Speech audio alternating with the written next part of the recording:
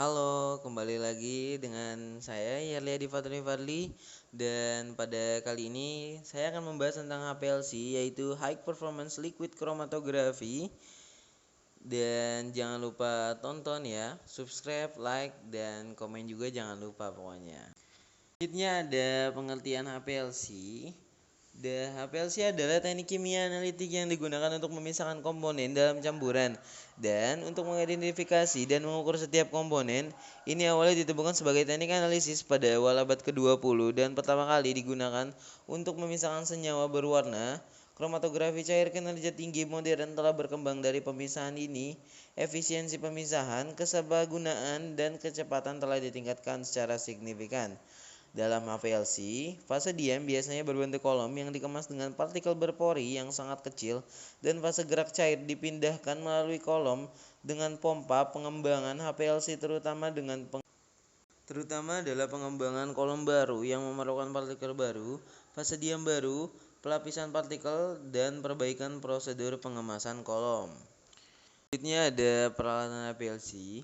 Komponen utama HPLC ditunjukkan pada gambar di samping. Peran pompa adalah untuk memaksa cairan fase gerak melewati laju aliran tertentu militer per menit. Injektor berfungsi untuk memasukkan sampel cairan ke dalam aliran fase gerak. Kolom adalah komponen HPLC yang paling sentral dan penting. Dan fase diam, kolom memisahkan komponen sampel yang diinginkan menggunakan berbagai parameter fisik dan kimia.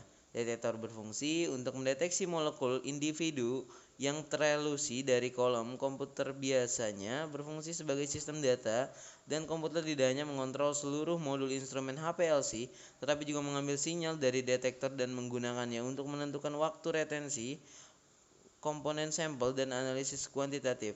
Berikutnya di bawah ada gambar penggunaan dari HPLC itu sendiri. Pada nomor yang pertama itu ada pelarutnya. Pada nomor yang kedua ada katup gradient. Yang ketiga ada pompa bertekanan tinggi. Yang keempat loop injeksi sampel. Yang kelima kolom analitik. Yang keenam detektor. Dan yang ketujuh itu adalah komputernya.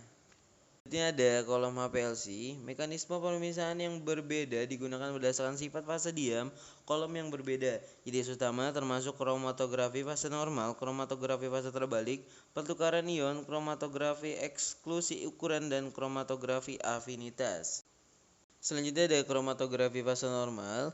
Dalam metode ini kolom dikemas dengan partikel polar dan anorganik, dan fase gerak non-polar digunakan untuk mengalir melalui fase diam. Kromatografi fase normal terutama digunakan untuk pemurnian sampel kasar, pemisahan sampel yang sangat polar, atau pemisahan analitik dengan kromatografi lapis tipis. Salah satu masalah ketika menggunakan metode ini adalah air merupakan pelarut yang kuat untuk kromatografi fase normal. Jejak air dalam fase gerak dapat sangat mempengaruhi retensi sampel, dan setelah mengubah fase gerak, kesetimbangan kolom menjadi sangat lambat. Selanjutnya ada kromatografi fase terbalik. Pada kromatografi fase terbalik, fase diam bersifat hidrofobik, sedangkan fase gerak bersifat polar. Ini adalah kebalikan dari kromatografi fase normal. Interaksi dalam RPHPLC dianggap sebagai gaya hidrofobik, dan gaya ini disebabkan oleh energi yang dihasilkan dari gangguan struktur di polar pelarut. Pemisahan biasanya didasarkan pada partisi analit antara fase diam dan fase gerak. Molekul zat terlarut berada dalam kesetimbangan antara fase diam hidrofobik dan fase gerak polar parsial. Molekul yang lebih hidrofobik memiliki waktu retensi yang lebih lama, sedangkan senyawa organik yang terionisasi, ion anorganik, dan molekul logam polar menunjukkan waktu retensi yang lebih sedikit atau tidak sama sekali. Selanjutnya ada kromatografi pertukaran ion. Mekanisme pertukaran ion didasarkan pada interaksi elektrostatik antara ion terhidrasi dari sampel dan gugus fungsi yang bermuatan berlawanan pada fase diam. Dua jenis mekanisme digunakan untuk pemisahan. Dalam satu mekanisme, elusi menggunakan fase gerak yang mengandung ion-ion bersaing yang akan menggantikan ion analit dan mendorongnya keluar kolom.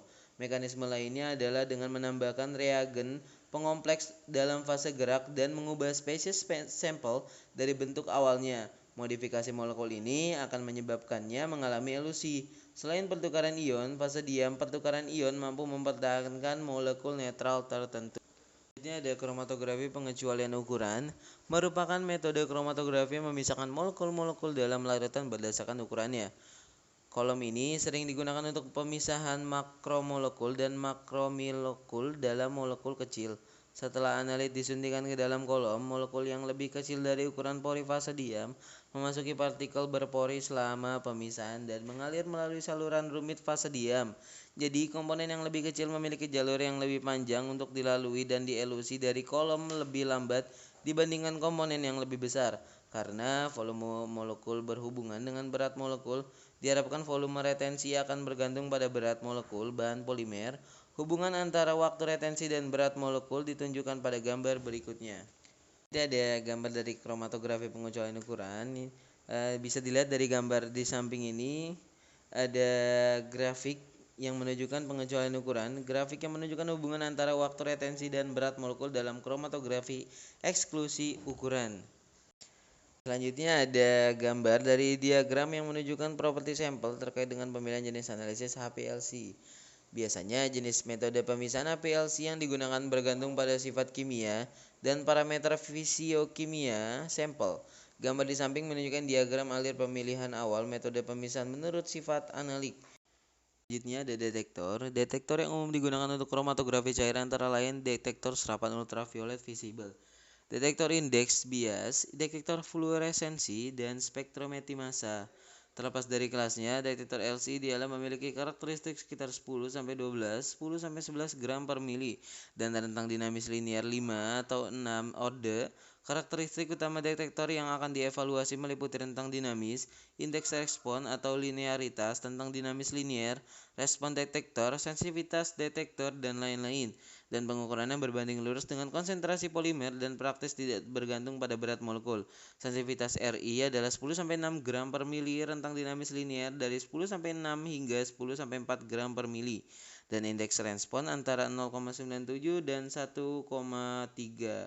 Banyak sekali senyawa yang menyerap cahaya dalam rentang UV 180-350 nm, termasuk zat yang memiliki satu atau lebih ikatan rangkap dan zat yang memiliki elektron tidak terbagi.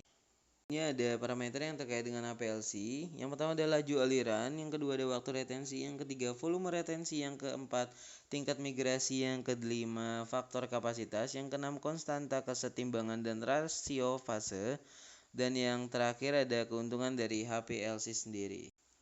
Oke, terima kasih. Thank you very much for your attention, dan terima kasih sudah menonton atau menyimak video dari saya ini, dan mohon maaf apabila banyak kekurangan dan kesalahan.